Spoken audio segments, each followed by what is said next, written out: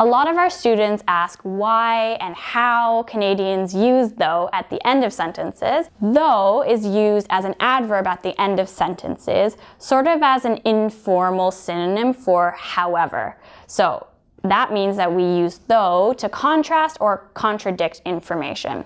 A few examples of this are, I was looking for work, there weren't many jobs though. So if we were to use however in this example, we could say, I was looking for work, however, there weren't many jobs. Another example could be, it's so cold today. It's pretty sunny though. Or with however, you could say, it's so cold today. However, it's pretty sunny.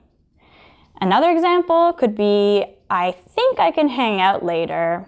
I'm not sure though.